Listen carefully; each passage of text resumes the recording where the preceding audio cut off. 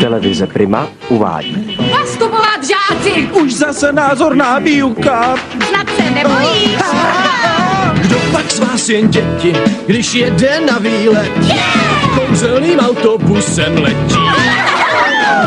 Právě objevím tvůj svět! Vezměte si kytáru, uletíme ke hvězdám. Na vléče dráze u baru si velký kefír dám. Kouzelným autobusem je, všude pojedem. Taky já, Je to marná sláva, nezastaví nás ani láva. pozor, co se děje.